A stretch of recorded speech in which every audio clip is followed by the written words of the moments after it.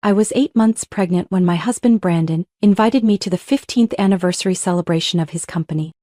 Even with my heavy belly, I spent the entire afternoon standing in front of the mirror, trying on dress after dress to find the one that suited me best at the stage. I finally settled on a navy blue silk maxi dress. Soft, flowing, enough to hide my large bump while giving me a bit of the confidence I was struggling to hold on to.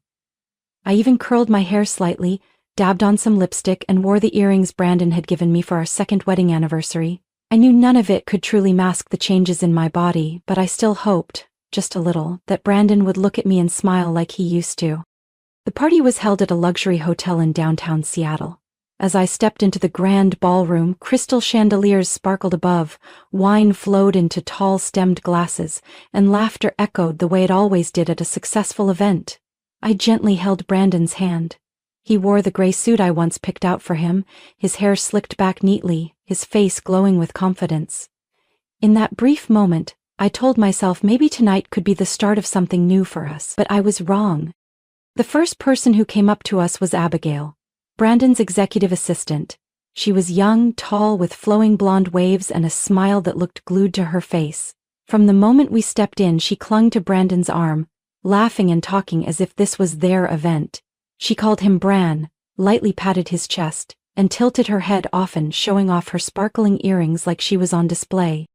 I stood right next to them, yet it felt like I was watching a stage I hadn't been invited to perform on. No one around seemed to notice the unease in my eyes. They shook Brandon's hand, complimented him, glanced at me politely, then moved on. I forced a smile and raised my mocktail as if everything was perfectly fine.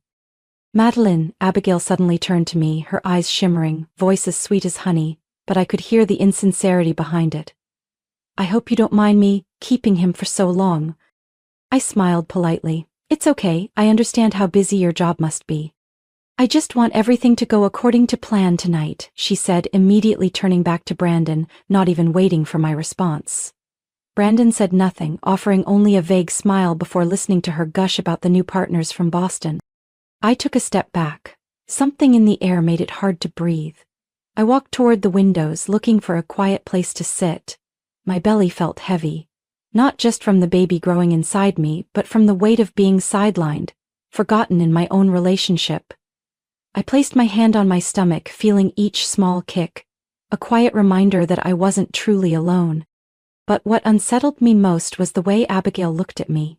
It wasn't admiration or sympathy. It was the look of someone who believed she had already won. Smug, proud, calculating. And Brandon? He didn't seem to notice. Or worse, he noticed and chose not to care. I used to be the woman who made him blush the first time he saw me. We had weathered so many hard days together, shared humble meals, laughed over the smallest things. But tonight, in a room filled with lights and laughter, I felt like a faint shadow in the life of the man who once vowed to love me forever. I didn't know what would come after tonight, but I knew something inside me had shifted, and that feeling was unmistakable. I was sitting in a corner of the room, trying to steady my breathing, when Abigail appeared in front of me, holding a glass of red wine in both hands. "Madeline," she said with that dazzling smile, her voice sweet as sugar but cold as ice. "I know you're pregnant, but one sip won't hurt. This one's special, imported from Napa Valley. You really should try it." I looked at the wine, then up at her. I smiled faintly and shook my head. "Thank you, but I'm not drinking right now." She tilted her head like it surprised her. "Oh, I forgot. But that's such a shame. I poured this one just for you. I've been saving it since the party started. You wouldn't want to hurt my feelings, would you?" Her voice wasn't loud, but it was just enough for the people nearby to hear. I glanced at Brandon a few steps away, chatting with the New York partners, completely oblivious to what was happening. "Abigail," I kept my voice calm, "I really can't drink." She still wouldn't back off. "Just a sip. I've read red wine is good for your blood, actually." I was starting to get uncomfortable. I said, "No, please don't push it." Her expression darkened for a split second, then morphed into another practiced smile. "Well, at least hold it for me, will you? My hands are freezing."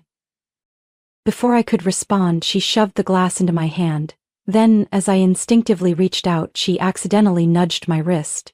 The wine tipped forward, spilling all over her ivory silk dress. She froze, eyes wide, lips trembling. "Oh no," she cried, her voice echoing through the room, now growing quiet. "This dress was a birthday gift from my mother. It's custom made from Paris. How could you?" I was stunned. Every eye in the room turned to me. Whispers started rippling. Before I could say a word, Abigail began sobbing, loud dramatic sobs, then ran from the room like a child who'd lost her favorite toy. I just stood there, still holding the bottom half of the glass, wine dripping onto the carpet. The air grew thick and stifling. A nearby woman shook her head at me. Someone whispered, "Who spills wine on someone else at a party like this?" I turned to Brandon, hoping he'd step in, tell everyone it was an accident, that I didn't mean it. But he just stood there, expression unreadable, then turned away. Like he was ashamed of me. I don't remember how I made it out of that ballroom. My legs felt like they were moving on their own. I found the restroom, locked the door, and for the first time in months, I let myself cry. Not over the dress, not over the wine, but over Brandon's eyes. Over his silence. Something inside me had cracked. I realized I hadn't just been humiliated by a cunning young woman, but betrayed by the man who once promised to protect me from everything. And worse, I began to wonder if this wasn't an accident at all. Maybe that entire performance had been rehearsed, and I was the only one without a script. When I stepped out of the restroom, the party was back in full swing.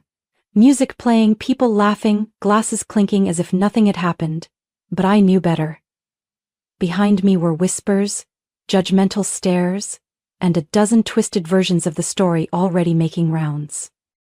I didn't go back to Brandon. I didn't wait for him to walk me out. I walked straight to the exit, hailed a cab, and went home alone. That night I lay on the living room couch, hand resting on my belly. The baby was still moving, reminding me that I couldn't afford to be weak, but for the first time I felt unbearably alone in my own home. And I started to wonder, if I disappeared, would anyone even come looking? I woke up the next morning aching all over, like the nightmare from the night before had dragged itself into the daylight. Then the sound of constant notifications from my phone made my skin crawl. When I opened my social media app, my heart dropped. A short video, barely a minute long, showed me dancing in the living room, cradling my pregnant belly, swaying gently to the soft jazz Brandon loved. It had been recorded a few weeks earlier, on a night I tried to cheer him up after a long day at work. I wore a light long-sleeved tee and comfy cropped pants, my hair tied up, no makeup. I was smiling as I turned my back to the camera, patting my belly like I was dancing with my son. Beneath the video were thousands of comments, not words of encouragement, but raw mockery. Who does she think she is, a pregnant elephant putting on a show? Look at that, who dances like that, wearing that?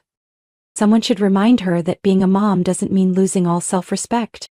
Trying to seduce someone with that belly about to burst? I was frozen, every line cut through me like a sharp blade. I didn't understand. That video, only Brandon had it. I had never shared it with anyone else. Then a horrifying thought crept in. He was the one who leaked it. I got up, no time to change clothes, no makeup. I just needed answers. I just needed to believe something had gone wrong. Maybe his phone got stolen, hacked. Anything but him. The house Brandon and I shared was in a quiet neighborhood in North Seattle, the place where we once dreamed our child would grow up peacefully. When I arrived, the front door was unlocked. I stepped in and heard laughter upstairs. Sounded like his small home office was in use. I was about to call out to him when a man's voice rang out clearly, followed by a line that made my heart drop. "You really pulled it off, Brandon.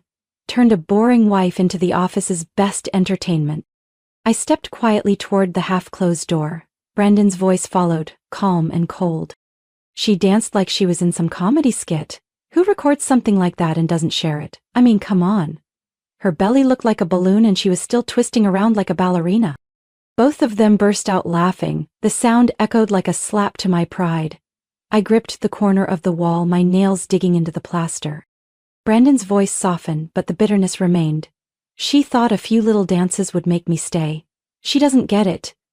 I've been over this life for a long time. A woman nearing 35, drained, heavy. What's there to hold on to?" Someone else chimed in, smirking. "Abigail's prettier, younger, sharper. That's your world now, Brandon, next to someone like her." I couldn't listen anymore, I just couldn't. Nausea climbed up my throat, I slipped away like a shadow. walking slowly but steadily, trying not to collapse in the middle of my own hallway. I used to believe that if something awful happened, Brandon would be the first to protect me, that he'd stand in front of me, shielding me from the world. But the truth was, he stood behind me and shoved me into the mud. I took a cab back to my old apartment, the one I lived in before marriage. It was empty now but quiet. A far cry from the cold glittering house I had just left. I sank into the couch, my belly shifted gently as if to comfort me. The baby was still there, still believing I was the safest place in the world. And for this child, I knew I had to stay strong. But that didn't make it hurt any less. In the silent darkness, I turned on my phone. My fingers trembled as I clicked another link. The clip had nearly 2 million views overnight. I watched myself dancing on screen, then looked down at my belly, where life was still growing. Something inside me shifted. It wasn't pain anymore. It was a sharp, undeniable clarity. I had trusted the wrong person. But I wouldn't let myself be anyone's joke anymore, not for one more second. I don't know how long I stayed awake.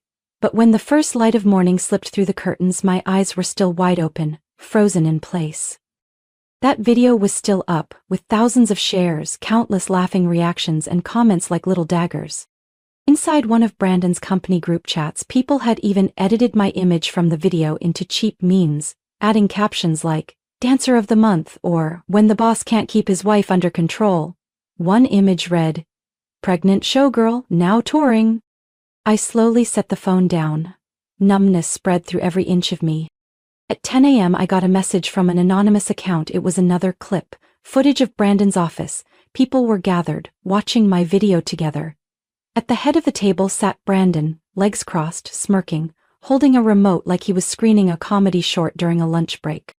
Abigail sat beside him, covering her mouth as she laughed, whispering something in his ear before bursting into louder giggles.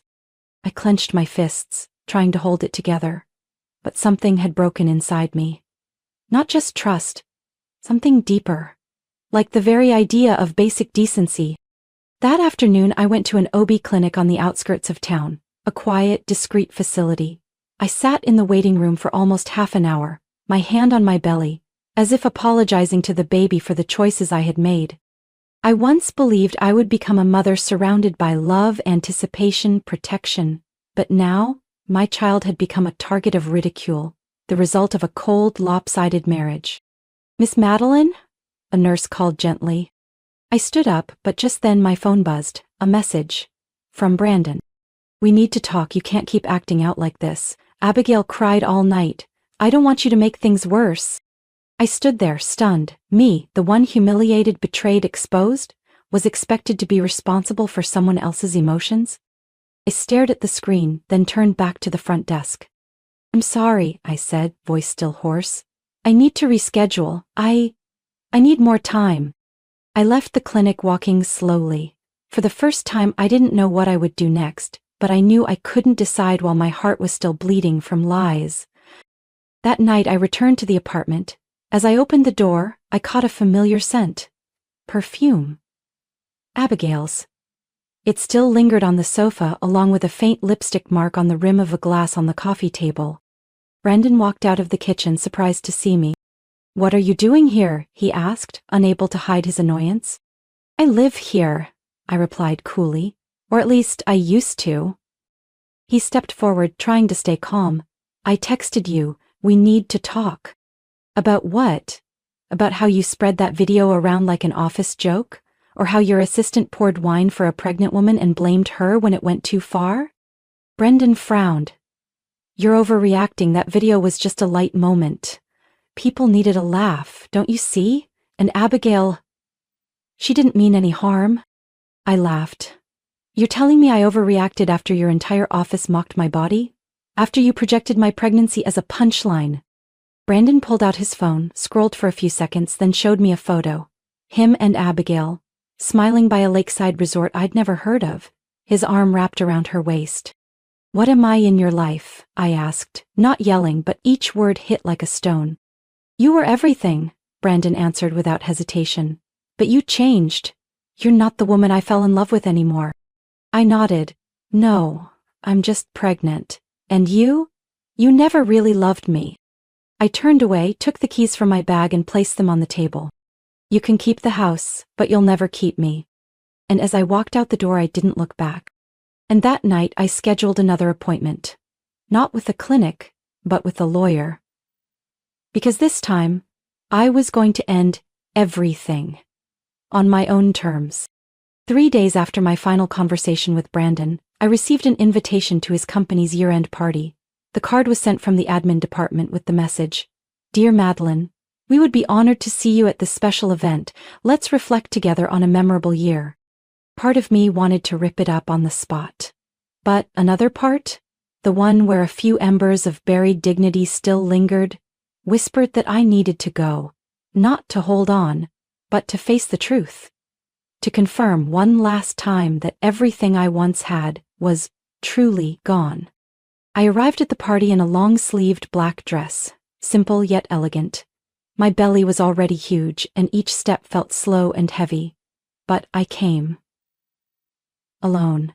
The event was held on the top floor of the Lancaster Hotel, where the city lights stretched beneath like a glittering carpet. Soft music floated from the ceiling speakers.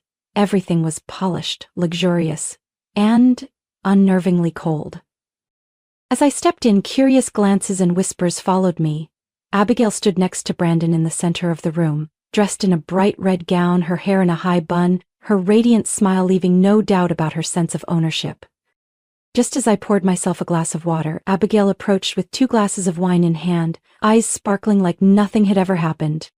"Madeline, I wanted to offer you a toast," she beamed.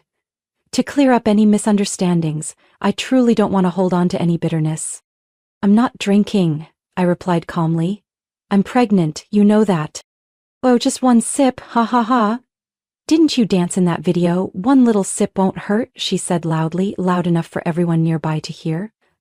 Some people laughed. Brandon stood behind her, silent. I set my glass down and tried to walk away, but suddenly a senior employee blocked my path, smirking. "Madeline, I heard you used to be a dancer? The whole room's curious for a live performance." I froze, unable to believe what I had just heard. But before I could respond, the lights went out, and a single spotlight turned on, pointed straight at me. Then came the music. That music. The same tune from the video that had been leaked. I turned to Brandon. He still stood there, hands in his pockets, face blank like none of this concerned him. "This is too much," I said, my voice trembling.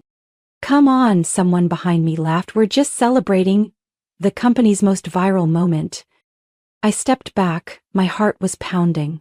The baby moved inside me, as if sensing my anxiety. "Stop it," I growled. "I'm not your entertainment." At that moment, a hand spun me around.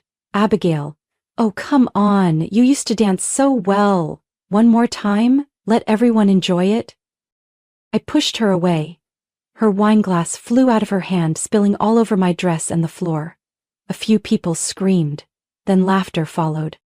My vision blurred, I staggered back, and then a sharp pain hit my abdomen. My legs buckled, a warm fluid rushed between my thighs, quickly pooling on the polished marble floor. I screamed in panic. "Brandon, I'm going into labor. Please take me to the hospital." Brandon stepped forward, frowning. "Cut it out, Madeline. Are you really pulling this stunt now? Trying to steal attention again?" "No," I cried. "My water just broke. The baby—" But he just sighed and turned away. "Someone get her out of here. Don't ruin the party." I lay there, shaking. No one came, no one called for help. Nearly 2 hours later, a night janitor found me unconscious in a downstairs restroom. My face was pale, lips bluish. Panicked, they called an ambulance and rode with me to the hospital. When I woke up, it was morning. The nurse avoided my eyes. The doctor spoke softly, like he was afraid I'd collapse right then and there. "We did everything we could, but we were too late." I didn't scream. I didn't cry. I just stared at the stark white ceiling, listened to the soft hum of the air conditioner like a tragic lullaby, and closed my eyes.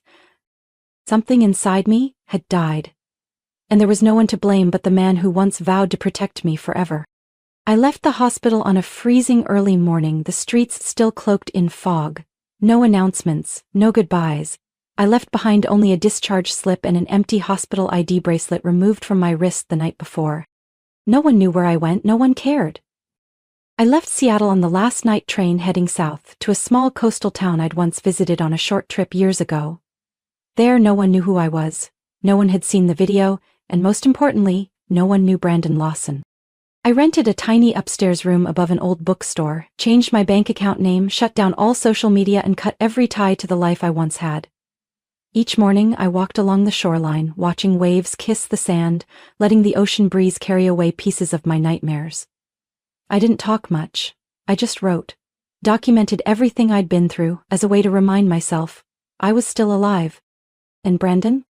He realized I was gone the next day, when he arrived at the hospital with a small gift box and a tired expression. He had no idea I had lost the baby, not until the nurse on duty that night, Linda, the one who saw me rushed in near collapse, looked him dead in the eye and said, "She lost the baby, and no one was there for her, not a single person." Brandon stood frozen in the hospital lobby. But his nightmare had only begun. 3 days later, back at the office, he happened to walk past the break room and heard Abigail giggling with a small group of colleagues. He paused outside the door, didn't knock, didn't speak, just listened, until her voice rang out sharp and smug. Who would have thought? Just one tiny pill and it worked better than I imagined. She nearly collapsed on the spot. Took me a whole month to find the right kind, the kind that triggers early contractions but leaves no trace. Someone whispered, "Wait, you put something in her drink?" Abigail burst out laughing. Let's just say, I gave things a little nudge. And gave Brandon his freedom, too. He was so tired of living with a gloomy woman who blamed everything on her belly.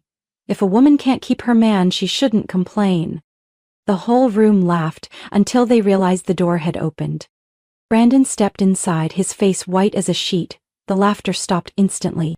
"What did you say?" he asked, voice hoarse. "Say it again, Abigail. What did you do?" Abigail froze for a moment, then quickly regained her composure.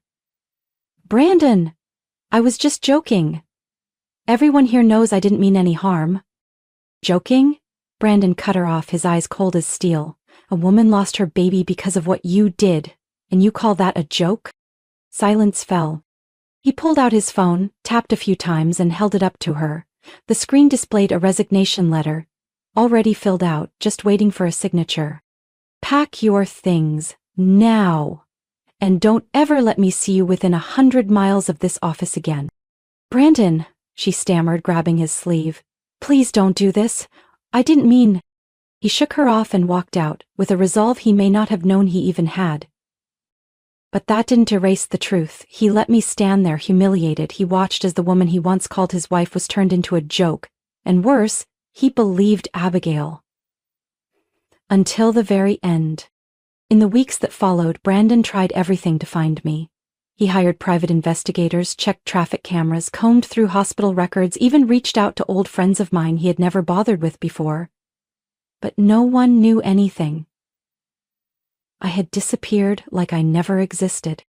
And during those same days, his company spiraled into chaos. The recording from the break room had been leaked. The press got involved, investors pulled out en masse. Social media exploded with headlines about the heartless CEO and toxic corporate power plays. Brandon Lawson, the man once celebrated on the cover of business magazines, became the face of moral collapse and internal failure. Photos of him leaving company headquarters in a wrinkled suit, head down, were plastered across every news outlet. But I didn't care. I just sat in my small room in that quiet seaside town, sipping hot tea and reading an old book. Outside, the waves whispered ashore and the sea breeze rustled through the trees. I had lost a part of my soul, but I reclaimed the rest, my freedom. And this time, I wouldn't let anyone take it away. Again. Nearly a year after I left, I started over in a peaceful coastal region in the south of France, a place where no one knew who I was and no one cared about my past. I rented a small house overlooking the white sands, living simply by baking, freelance writing, and sometimes illustrating children's books. Something I had always dreamed of but never had the chance to do while living with Brandon. I had learned how to smile again. Not because the wounds had healed, but because I knew I deserved peace. Until one autumn morning, as I was wiping down the counter in my little bakery, the bell over the door chimed. I looked up, and the world froze. Brandon. He stood there, thinner, gaunt, and nothing like the polished man I once knew. In his arms, a bundle of dried lavender, the kind I used to love. His voice was cracked and quiet. "Madeline, I finally found you." I didn't respond. I didn't cry. I didn't smile. I just stood still, hands clenched around the dishcloth, my heart as quiet as the sea at dawn. He sat down at a table without waiting for an invitation, and then he began to talk like the guilt of the entire past year had been waiting to spill out the moment he saw me. He told me about the night I left, how the company was shaken by the sudden disappearance of the CEO's wife during a media crisis. Then he told me how he overheard a conversation between Abigail and a close colleague, about how she had drugged my drink at that final party. "She just wanted to make you lose control, to make you look ridiculous. She didn't think it would go that far." Brandon looked down. "I fired her immediately, but it was too late." I stayed silent, letting him continue. "I lost everything, Madeline. The board no longer trusted me, stock prices plummeted, the media tore me apart. I resigned as CEO, sold most of my shares. Now, there's only one thing left I want to do." Brandon pulled a thick folder from his jacket and placed it on the table. Inside were documents transferring his remaining ownership in the company to me. "You can do whatever you want with it, sell it, hand it off, let it fail. I'm only asking for one thing, your forgiveness. Even just a little." I touched the folder, not out of ambition but because I needed to know for sure that the thing that once overshadowed my entire life was now in my hands, no longer a threat. I looked into Brandon's eyes, for the first time in years. Forgiveness? Maybe, but going back? No. Whatever love I had for you died the day I begged you to take me to the hospital, and you walked away without looking back. He lowered his head and I stood up and walked outside. The sky was wide and clear, soft sunlight spreading over the deep blue sea like a dream. I turned back and spoke softly, barely more than a breeze. "I'm not coming back. I don't need the company, or that past. I just hope this ends in peace for both of us." And then I walked away, every step severing another thread that had once bound me to pain. I don't know when Brandon left that town. I didn't need to. Because for the first time after everything, I was free. And for the first time, I chose myself. That spring I was sitting on the small balcony of a seaside cafe, a steaming cup of herbal tea in hand, when I received a message from an old friend who used to work at Brandon's company. The message was only a few lines, but it made my heart beat slow. "She's been arrested, her mother just died of a stroke, Brandon's whole company is collapsing." I read it again to make sure I hadn't misunderstood. She, Abigail, had officially been charged for illegally distributing private content and deliberately inflicting severe emotional harm. Her actions weren't just unethical, they were now classified as criminal under modern cybercrime laws. When police dug deeper, they discovered she had secretly collected, edited, and spread at least 3 private videos of me, including the one of me dancing while pregnant, and another from the hospital after the final party incident. But the part that shocked everyone most was what came after. Abigail's mother, a woman living in another state, had suffered a fatal stroke after reading the cruel online comments and public shaming directed at her daughter. I knew that price was too high, and I couldn't say I was happy or sad, just a prolonged numbness, like the entire world had gone silent. As for Brandon, everything crumbled within months. After the truth about the videos went public, investors demanded a full audit of all internal communications. It was discovered that Brandon had shared private content about me in employee chats as a joke. Investors pulled out one after another, long-standing partners terminated contracts, and soon after, the company Brandon had built for over a decade declared bankruptcy. Worse still, the media swarmed the scandal. Brandon's image became a punchline across the internet. Memes, parody videos, and news stories analyzing the downfall of a failed CEO flooded every platform. From a man of power and confidence, he became a name synonymous with disgrace and collapse. A few weeks later, I received a letter by express delivery, accompanied by a bank folder. Inside were the documents for a transfer of $50 million, the remainder of Brandon's personal assets. Along with it, a handwritten note from him. "I know nothing can change the past, but if I can use the rest of my life to make amends, this is where it begins. I don't ask for forgiveness, I only hope you live in peace, true peace. I folded the letter and placed it in a drawer, next to my old journal and the newborn bracelet that was never worn. I didn't call him. I didn't text. From that money I used a small portion to start a foundation supporting women who've suffered emotional abuse and public humiliation, what I had once gone through.